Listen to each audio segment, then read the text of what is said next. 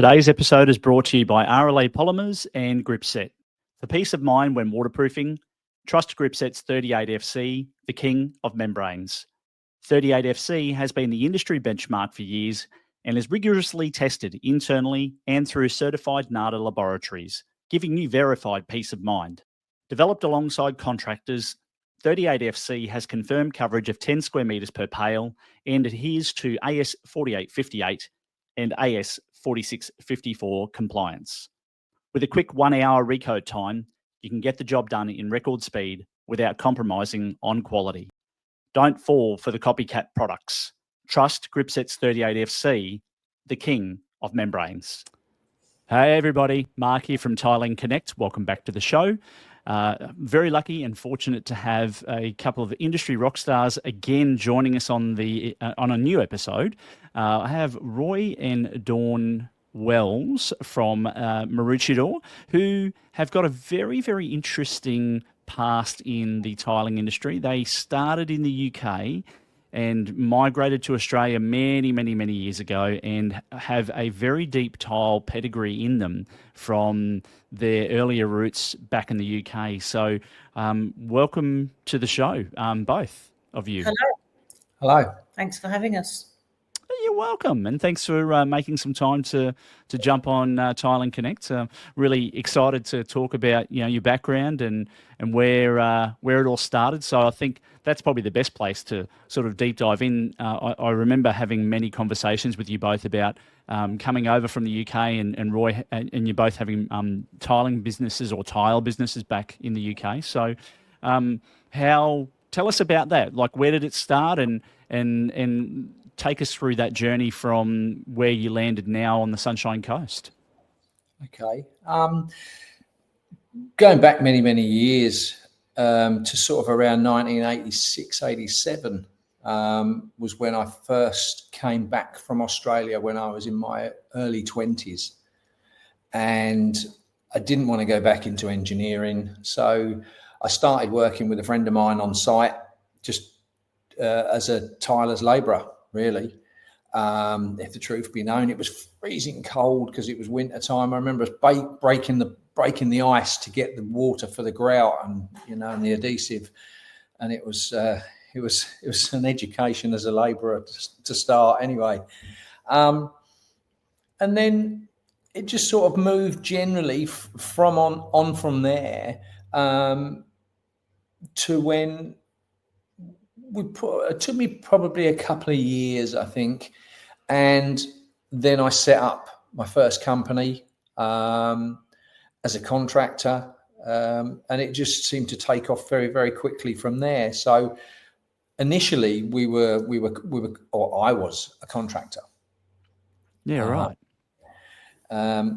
Working for some major building companies in the UK. And based sort of a lot of the work was around central London as well. So sort of prestigious projects like Mercedes-Benz, BMW showrooms, Hilton hotels, London Underground stations, right through to head offices and fancy work for entrance foyers and stuff like that. Mm. And then you met me. Then I met you, yeah. Yeah. Don't forget the important part. Yes. And I wasn't in the industry. You wasn't in the industry. No, at all, I was in merchandising and sales, basically. Oh, wow. I had quite a good sales training from Pepsi Cola. Oh, beautiful. Yeah, so they taught me quite a lot about sales and everything within the retail industry, really. So that was quite handy. But then my husband persuaded me to open up a retail shop. Yeah, so we built our first retail shop from there. When was that, Roy? What time frame are we talking about here? Because I imagine building it back 80s. That would have been, wasn't it? No. Yeah, it was. No, we weren't married till 92. Isn't it typical that men don't remember these days? Early 90s. Yes, early 90s.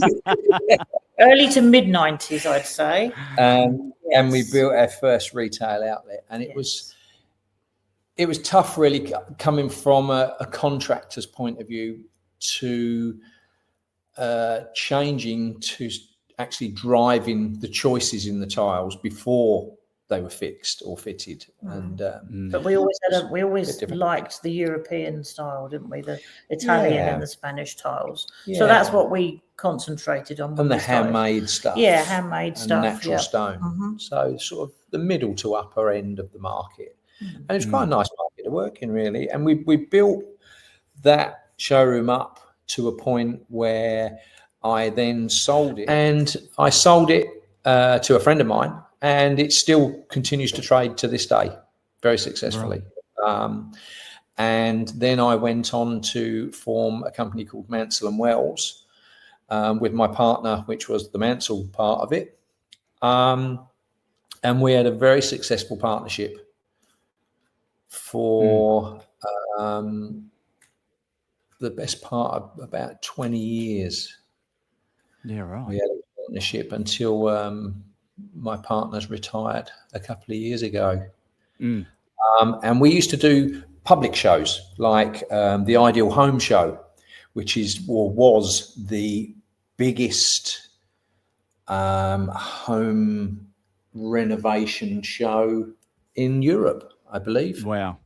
And it ran for something like 80 years, didn't it? I think it ran for 80 years, the Ideal Home Show. It was very gimmicky, very gimmicky, lots of presentation, but a massive audience for probably 3.5 weeks, like 500,000 people come through the show in 3.5 weeks. It was really hard work, but it was very rewarding. During that time, I took my interior design diploma. So I always liked interior design. It always interests me. So that's been very useful over the years, working in retail, helping design bathrooms, and because not everyone can picture their bathroom or their kitchen or their home when they come in. So it's been handy, very absolutely. handy. Yeah. What was the inspiration behind doing the design degree, Dawn? It was just something that always fascinated me, and I'm quite an arty person. So I guess it's part of that interests me. It's to do with art as well. So yeah. Yeah, nice. Where was the tile retail shop located in the UK? Bedfordshire. Hang on a second. About the same distance as from north of Brisbane as the same distance north of London, as we are north of Brisbane. So about an hour, about an hour's drive north of London. Yeah, nice. But it was quite a quirky retail outlet as well, because it was built out of built in old cowsheds. Oh, wow. On a farm property. So it was all big beams everywhere and stuff like this. It didn't smell quite like cowsheds, but it was it had been screeded and renovated properly. And then we built all our displays and shows and nice. And stuff within it. So I imagine over many years and decades that you've been in the industry, a lot has changed between that very first business that you established and today. And a big part of that as well, of course, was making the transition to move from the UK to Australia. So take us through that step of the journey. How did that happen? How did it occur? What was the planning around coming to Australia? Oh, it was quite a difficult process. I mean, the first decision was, yes, we're coming, and having to tell the family was a big thing.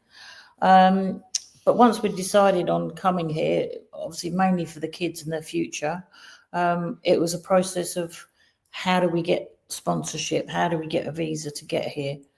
And we went through many different options, but in the end, our UK company that we had at the time sponsored us to open up a new branch here. It took a good couple of years. I had to do a business plan and fill in many, many forms and pay lots of money to the Australian government to have the privilege of coming and living here. So we moved here about 13 years ago, so 2011. 14 years ago, 2011 it was. Wow, So, year of the floods in Brisbane. yes. Yeah, it was. Yes. And the kids were, Tommy was 11 and the triplets were 5. Yeah. Wow. So it was a big upheaval when we actually came on temporary visas. So it was a big risk for us to set up a business and invest money into a new store without permanent, which could have been closed down. Yeah. It was. So we opened up the retail and started importing tiles from Italy and Spain again, and dealing with people that we'd been in business with over the years previously. So all our favourite Italian factories, basically. Oh, beautiful. Yeah.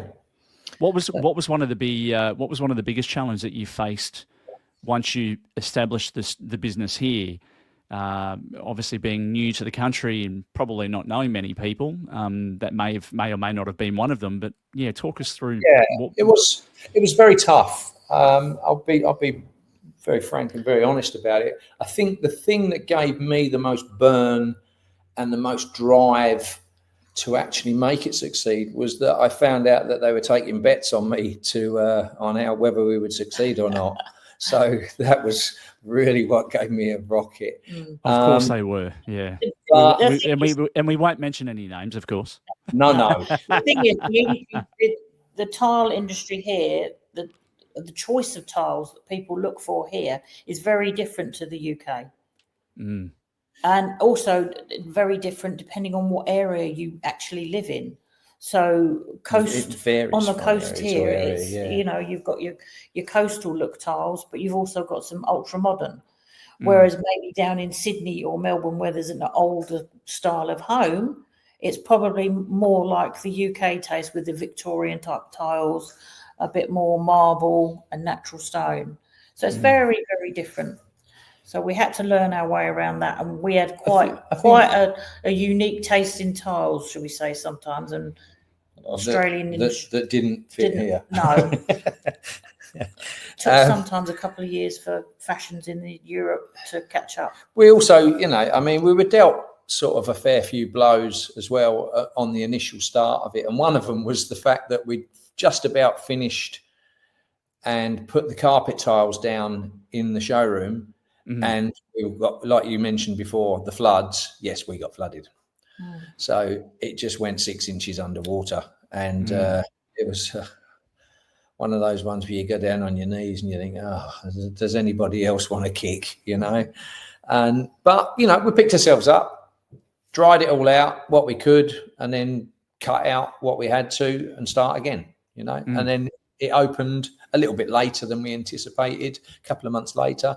But we opened, and it was, we had a good positive vibe then. We were getting lovely feedback from the people here. It was great. It was a good pat on the back for us, and very, very good for our egos. Yeah.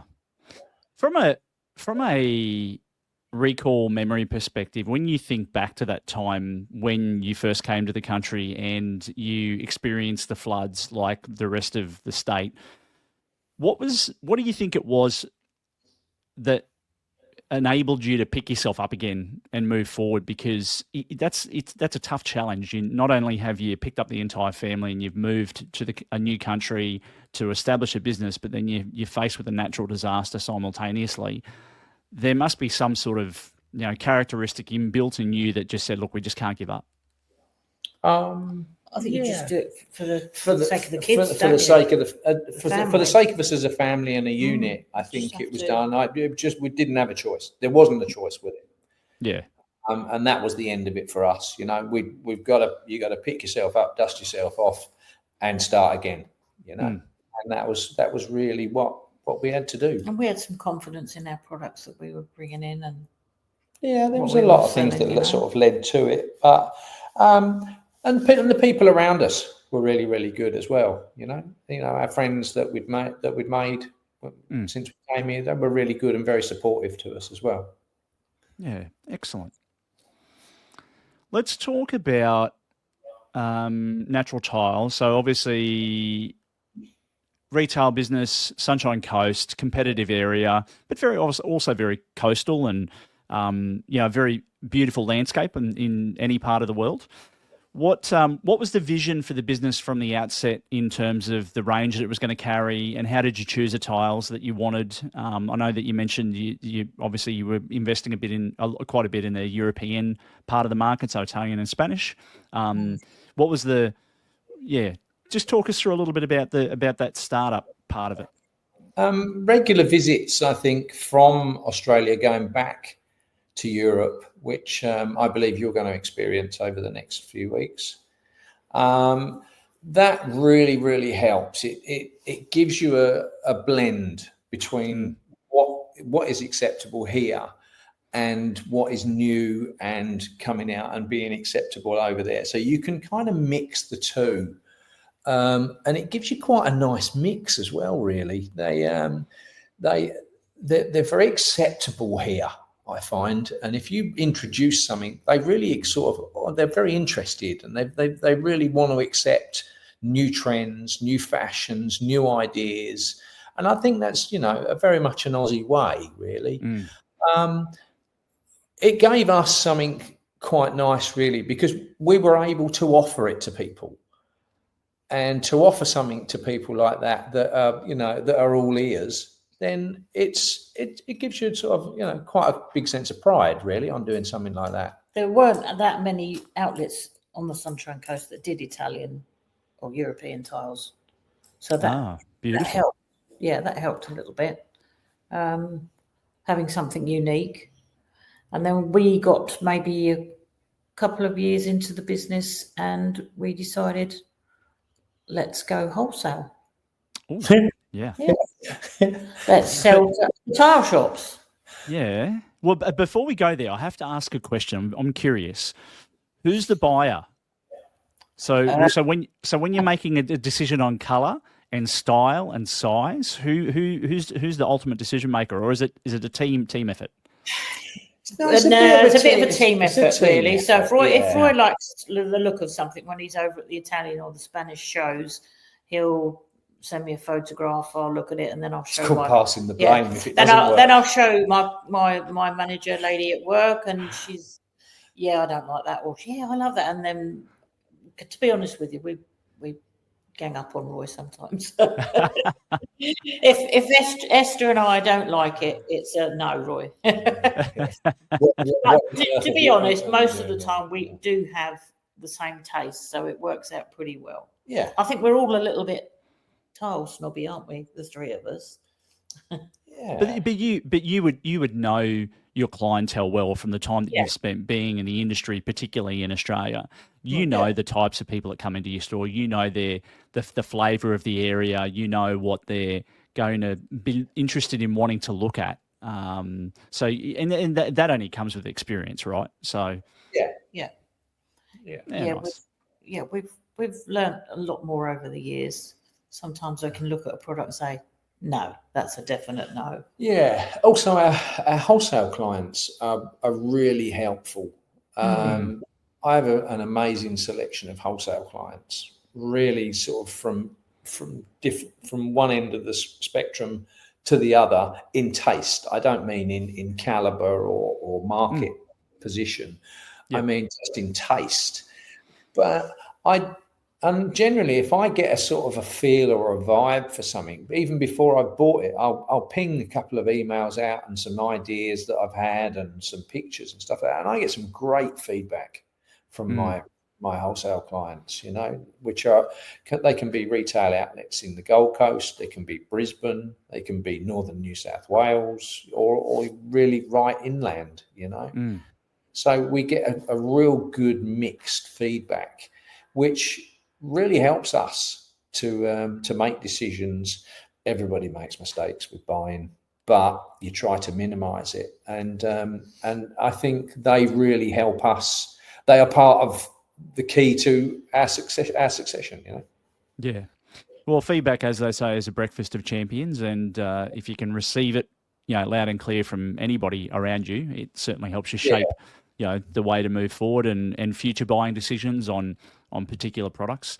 I do remember my days working in with one of the big two competitors that there was always lots of end of line stuff. When it came to tiles that just didn't take for whatever reason, whether it be colour, size, price. It happens. Yeah. It does, So, with the wholesale business, what was one of the biggest challenges in establishing that and getting that off the ground? I think initially was being accepted because we were retailers. It's very hard to be accepted by other retailers because you're seen as a competitor.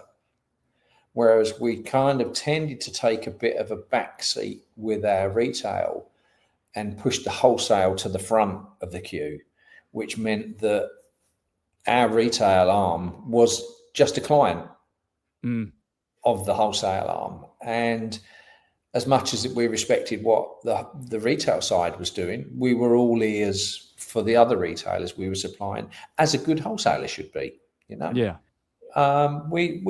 We were quite particular of what sort of store that we'd want to go into, and we kept them to a minimum. Yeah, we didn't flood it with clients. I didn't find the necessity to do that because I found the dedication that I got with the small number of clients that I had fulfilled our needs really, and it made us a big enough buyer to buy competitively, so that we could feed them with the nicer products that were available. Yeah, right. So that's pretty amazing. So you've got a network now of wholesale customers, and they've somewhat got, I suppose, I don't like to throw the word around exclusive, but they certainly have a territory that they can manage without having someone breathing down their neck, and then it gets into a price war, and then all of a sudden that Italian and Spanish tile was price X, now it's price A, and it's the value of the tile is diminished. Yeah, and that's no good for any of us within the industry. No, not at all. No. Yeah, not at all. The quality of the product is not any good to us. No. We didn't set up to be a massive discount store, but to produce the nice products that people were looking for but couldn't find elsewhere. And that's actually one of the reasons why we don't sell online. We don't have e-commerce online on our own website, because if we were to put prices on there, it dictates to these stores what they should be selling at as well. And we can't police that. Yeah. So that's something that our wholesale outlets prefer as well. Yeah. That's awesome. What with the range of Italian and Spanish and European products that you're bringing in, do you focus on a particular size of product? Because I know, and I asked this question, it's a bit of a loaded question. I asked this because in the earlier days I spent a lot of time working in retail tile shops in the early 2000s. And we brought in a lot of Italian and Spanish tiles and sold the Australian-made stuff as well. And the flavour back then for Europe was like 450s. So obviously a long time ago. What does it look like today in terms of sizes and variations? So I think over to you, Dawn, really. Does size matter? Does size matter? So we tend to sell the larger format bathroom size tiles, mainly because as a wholesaler it's better for us to sell in bulk. If you're selling subway tiles or mosaic sheets, you're selling maybe 2 or 3 square meters at a time. If you're selling a big format 600 by 1200 tile, you could be doing the whole house. So 200-300 meters is going out the door instead of 2 or 3 meters. So as a wholesaler, that obviously is better for us. And we've had a few subways and mosaics over the years, but it's not been the best of results with those, is it? I still think you need them. You do need them because if you want to complete an order from the front door to the back door, as it were, for something like that, then obviously there's going to be areas of using a different size and smaller stuff or features, etc. So we have had a few lines where so- the factory have made the porcelain tile, and then they might make a ceramic tile that complements that range colorway. So Yeah, right. you know, they might have a subway tile that's in the same range as the 60 by 60 or the 60 by 120, or they might have a decor that goes with a porcelain plank tile. Mm. So Yeah. we've done in those instances where we've mixed up with the small and the large. Okay. Excellent. What's popular at the moment in the ranges that you have? Anything with natural looks. Yes. Natural looks and textures, I think, Okay. are big at the moment, and they will continue to. You'll see when you go to Italy this month. When you go to Italy this month, textures are a very big thing at the moment. Along with the pastels, you know, the pinks, the blues, the greens. Yeah. Right? They're really taking a hold at the moment. Terracotta's back in a big way. It is, yeah. Who would have thought? Well, we do get lines that come back. I mean, many years ago, we used to sell terracotta, didn't we? And In the terracotta UK, lookalikes. But now it's nicer, really, because it perhaps goes through a period of 10 to 15 years and then comes back again. But it has a modern spin on it, you know. Yeah. So it's made with modern machinery. The looks are that much more refined, and I don't see anything wrong with it at all. You know, No. I think it's lovely because it's got a new spin on it, and it gives it it rejuvenates it and brings it back again, but in a more powerful way, I think. And don't forget, the people that are between 25 and 35 Yeah. might have seen it the first time Yeah. round. It's all new to them, as is crazy paving and stone walling. Yeah. I know, like the one behind you. So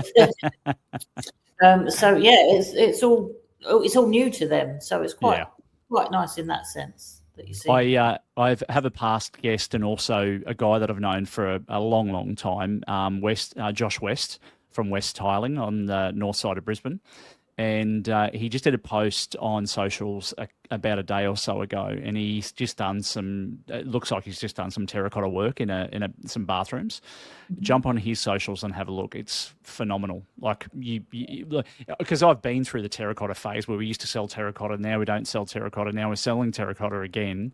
But you're right about that look and feel. It's so different today than what it was, you know, back in the early 2000s. Yeah. And it's very attractive. The colours are really powerful, and it looks amazing. Yeah, I think so. I think that definitely, though, it's the Europeans that lead the way with colour selections. So a few years ago it was all grey, and then the last couple of years at the Italian and Spanish trade fairs, it's gone into the warmer tones. Yeah, I think the Italians have always led the design side of it. It's something they're really, really big on. Is the design and the colorways and stuff like that, and what they're going to push forward for the show this year. That they're very good at holding it back as well. Like I can't even find out now, and we're only a few weeks away from the show, and I can't find out what the new releases are. Yeah, right. Now. So they hang on to it right till the last minute, and then it's a nice surprise, you know, when you go to these shows, like as you'll find out with the Bologna Fair. It's a great show. It's a fantastic show. I think everybody should go there. If you haven't been before, it's a real eye opener to the industry, how big the industry globally is, what sort of following it's got, and you know, the buyers that you meet from other countries, and it's very interesting. It's a very interesting. It's a good week, a very good week. I'll be taking a ton of photos, mate. So I'll be able to come up and have a coffee with you and just share all the insights, just in case there's some tiles that you want to buy. Yeah. He'll have FOMO because he's not going this year. A quick word from our sponsor. Partner with Gripset and become one of Australia's leading waterproofers. Waterproofing is one of the most in-demand trades. With Gripset's accredited practitioner program, GAP, you'll be trained and certified in just 3 days. Backed by Australia's leading waterproofing supplies manufacturer and run by trainers with over 20 years of experience within the industry, GAP gives you a wealth of knowledge. Learn how to identify and prevent dampness and water damage in both residential and commercial structures by exploring the current Australian waterproofing standards, correct preparation of substrates for waterproofing, and how to apply both sheet and liquid membranes with a particular focus on the tricky areas such as joints and penetrations. Upon completion, you will be a fully accredited GAP applicator and will be able to access exclusive benefits and free business advertising to expand your clientele. Spots are filling up fast. Upskill today, visit gripset.com/gap. That's gripset.com/gap, where great applicators get even better. Classic. Now, tell me a little bit about industry wins, looking back on, some of your proudest moments and, biggest wins for the business so far. What are a couple of things that stand out? Going back quite a few years, there was somebody that I met not long after I got here, and he talked me into joining the Australian Tile Council, and I went along, and it was really good. I really enjoyed myself. And then they used to hold competitions as well, and we actually won a best showroom there. And that was probably one of our proud moments. The fact that we actually stood out for what we tried to do over the first couple of years here. But I think probably the biggest wins are in the way that we've succeeded is probably a real pat on the back for us from the support of people around us. If that's a fair rendition of it, because we wouldn't have got this far without the support of our other clients. Our other outlets that have supported us and stuck with us and gone, I really like that, we'll give that a go, but very appreciative of that type of thing, really. And that probably is our biggest reward. Nice. What about you, Dawn? Anything to add to that? Not really. No, I think, over the years it's been a hard slog to know what works and what doesn't, but when we got our little award for best regional showroom in Queensland, that was pretty nice, wasn't it? Put it in the local newspaper. We did. But like Roy says, and so you should.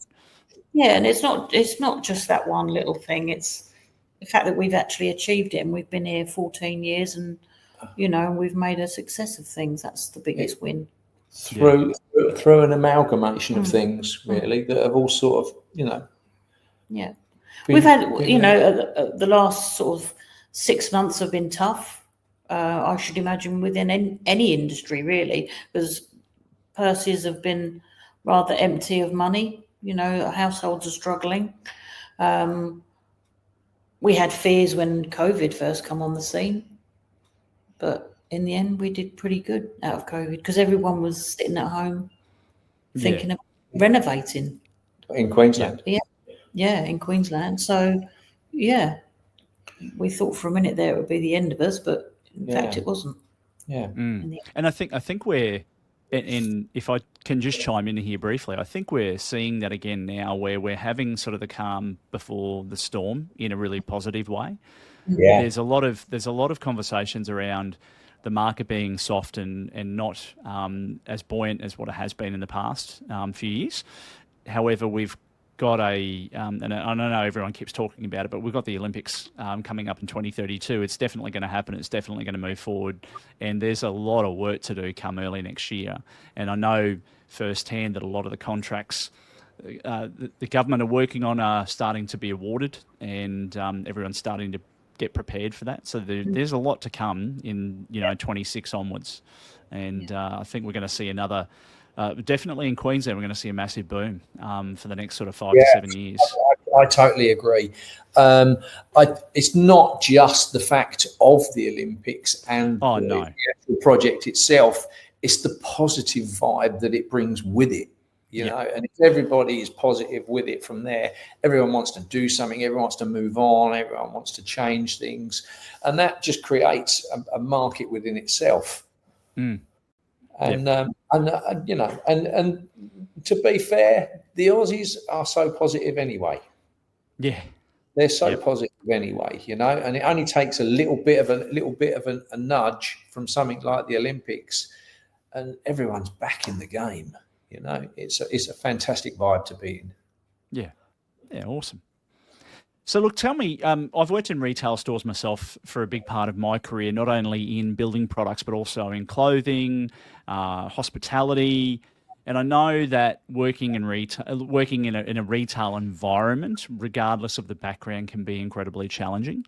What's some of the biggest challenges you've faced with the retail shop side of the business on the sunny coast that you've had to overcome? Oh, there's lots of competition here, that's for sure. And you have to be different. I think you have to have good customer service. Which is good, the fact that you have to have that, because people should demand that as well. Customer service. It's a really important thing, you know? Yeah, because not everybody, you know, can visualise the end result, as it were. And they like support on choosing things. Like to come in maybe 2 or 3 times before they make their minds up. But I think if you can keep up with the customer service side of things, you can get your customers to part with their hard-earned cash. And create something special for them. That's to say that we get everything. You know, we've got a massive showroom, and I think to myself, we've got thousands of tiles to choose from, but we still get people walk out the door and don't come back. But if we know that we've done our best with giving them that service and giving them a selection of products to choose from, you can't do any more than that. Sometimes it just boils down to price. And when you got your top-end Italian and Spanish tiles, it can be a harder sale.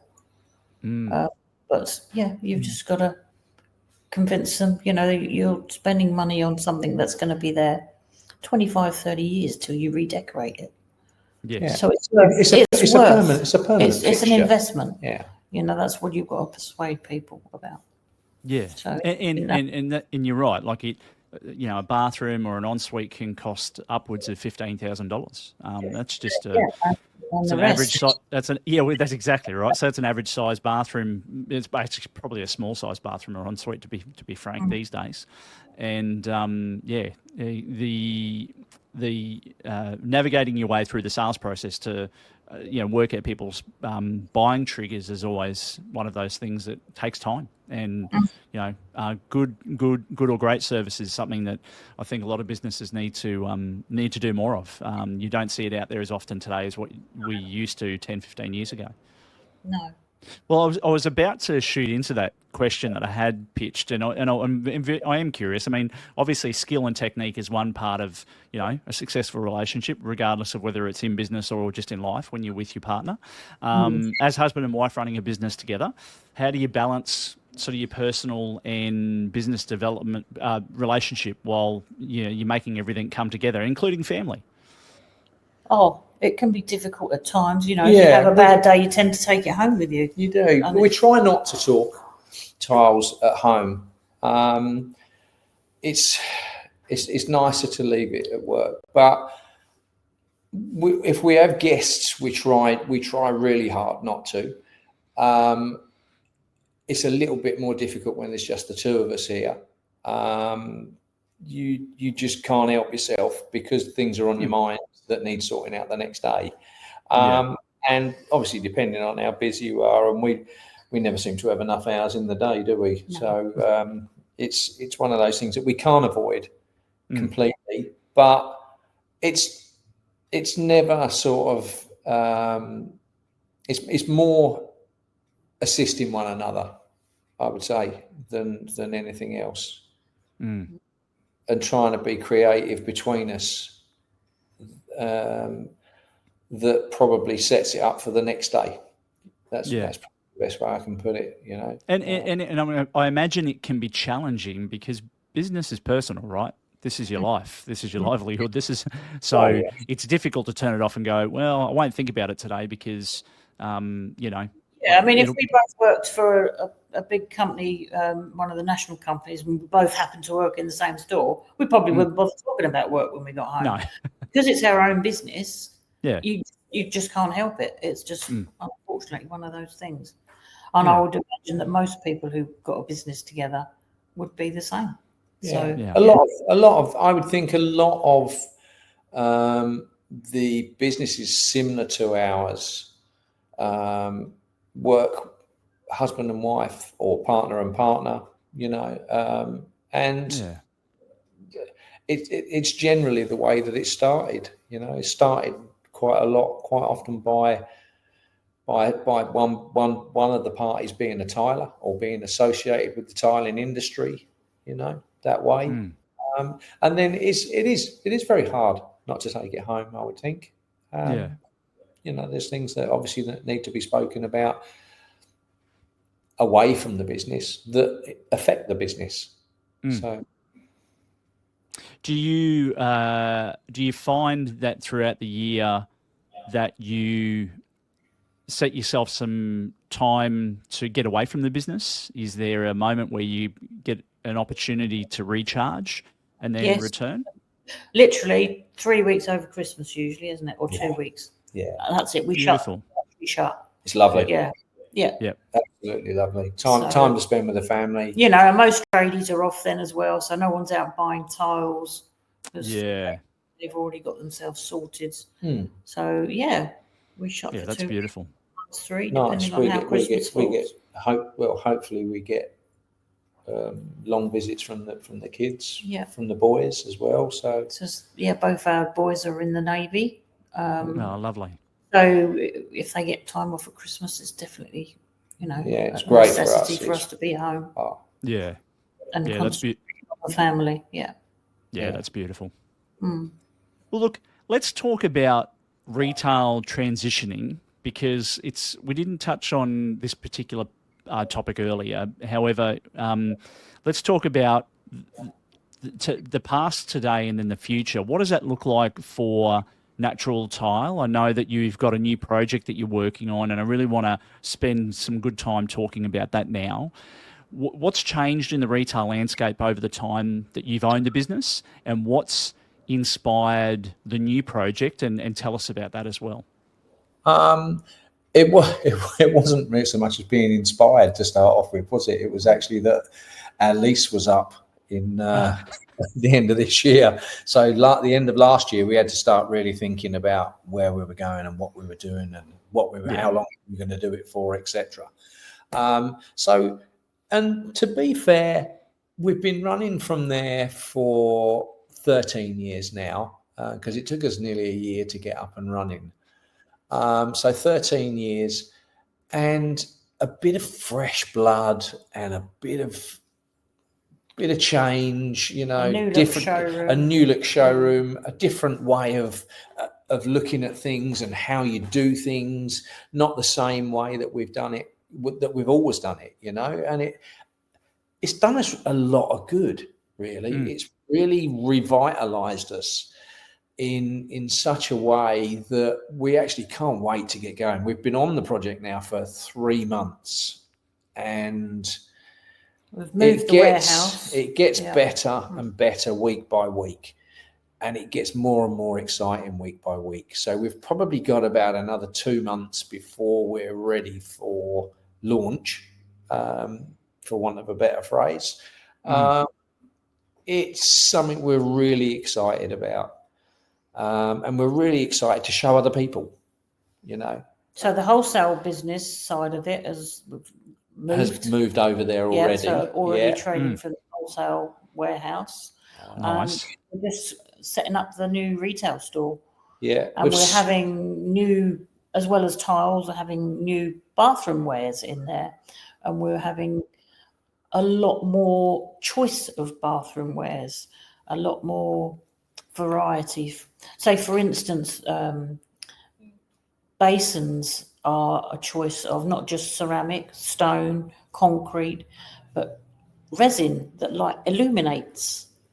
Illuminated basins. They're just one of the new products that we're taking on in the store, and new tapware. We're going to have an affordable range, a mid-range, and a top range, and then we'll have a selection of baths. We'll have Screens, shower screens, literally everything to do your bathroom.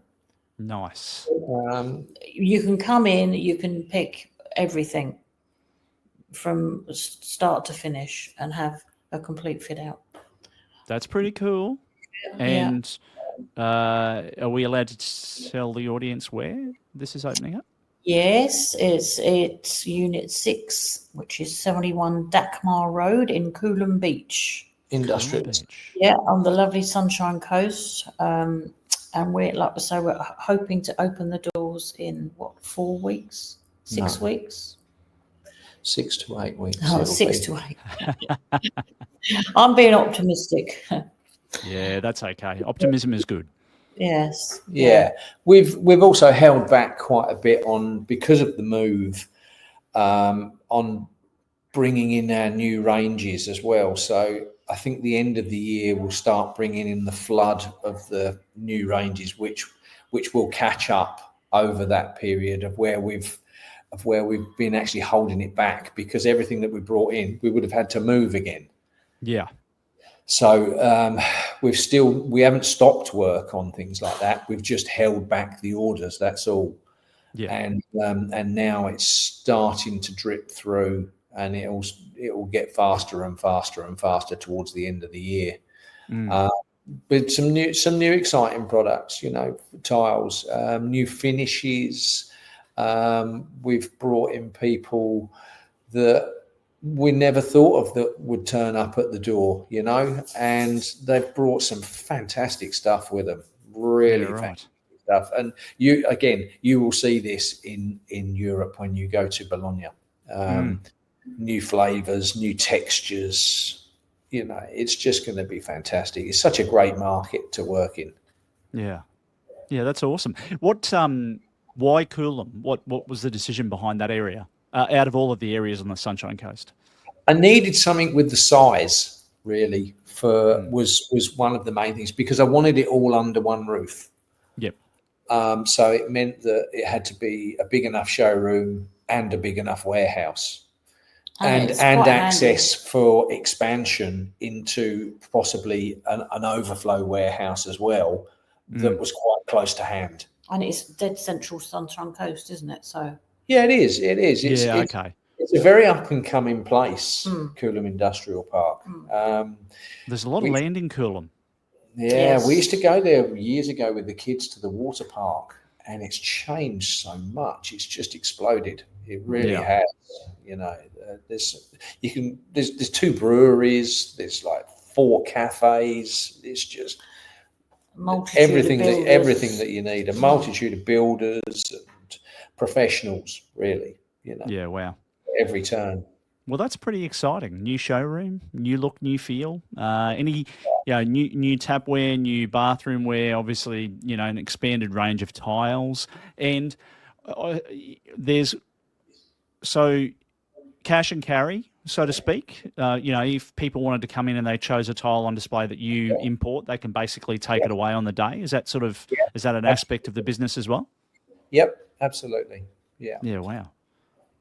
Cool. Yeah, it involves stocking, a good few thousand square meters. I think we're probably on about 40,000 square meters in there at the moment. That's just without the influx towards the end of the year. So, yeah, wow, quite a lot in stock. So one thing that I haven't asked, and I didn't position this question prior to today's show, but talking a little bit about your retail and then your wholesale arm, in the beginning phase of the business, how did you get the name Natural Tile out there? What were your marketing strategies back then, and how has that changed over time? There's a funny story about that. Would you like to tell that one? Oh, please, yes. Yeah, because it wasn't the names that we actually picked. Roy went to a government office and said, "I want to register a company," and they said, "Right, you need 3 names." I went, And we only had one. Well, I've only got one. So I had to, there and then, I had to produce 3 names, and Natural Tile was just one that was off the cuff. Really, Yep. it was just, and that was the one that they said, "Oh, you can have." So that was how we ended up with Natural Tile. Gold. And funnily enough, we had a little bit of a complaint, didn't we? So when we Oh, first, yes. yeah, we've sounded Yeah. too much like another company. it's usually, people usually get jealous when that sort of stuff happens. Yeah. Yeah. So it was funny that, it wasn't a name we picked, and we were just kind of forced into it, really. Yeah. Yeah. It's stuck ever since, and it's working working marvelously for you, I'm sure. Mm, Marvelously. yeah. Well, Roy and Dawn and Roy, thank you so much for your time today. It's been absolutely bloody amazing to learn a little bit more, if not a lot more, about your past and in the present and the future and what's happening. And I know that I'm excited for you in terms of what's ahead. And I think that showroom, I've seen it, the shell of it so far, with the hard sweat and tears that have gone into it already, looks amazing, and I think it'll be incredible. We wish you all the best. And look, as we say it on every show, until next time, stay connected. I will just ask finally, before we close off today, if people in the community want to reach out to you, whether it be architects, designers, tiling contractors, builders, and they want to find out more about your tile ranges and that sort of thing, and the new location, how do they connect with you, and how do they get in touch? So we've got our website, which you can email us through, which is www.naturaltile.com.au. Sorry, nearly went back to England then. .com.au. Then we've got email, which is info@naturaltile.com.au. We're on Instagram, and we are on LinkedIn and Facebook. Also, Mark, I'd like to add just a quite an important point to my growth, I would say, and our growth in Australia was due to the Australian Tile Council, which is a group of people that work tirelessly, unpaid, most of them unpaid, to producing the do's and do nots in the industry, their support to people that are actually having issues with the industry, when they are acting properly and as they should as bona fide traders. It's just been a real strength to us. Yeah, that's awesome, Roy, and I'm glad that you mentioned that, and that you have benefited from the ATC that way. I've myself been involved with the organisation for a long time, and I've always been a big advocate of people coming on board, and still to this day have conversations with many people within the industry about supporting the only tile industry body in Australia. So it's run by some really terrific people, I must say. Yeah, they really do put some work into it. Excellent. Well, thank you both again. Been amazing. I always love chatting to you. Can't wait to get this episode out into the community. But until next time, stay connected. Thank you. Thank you.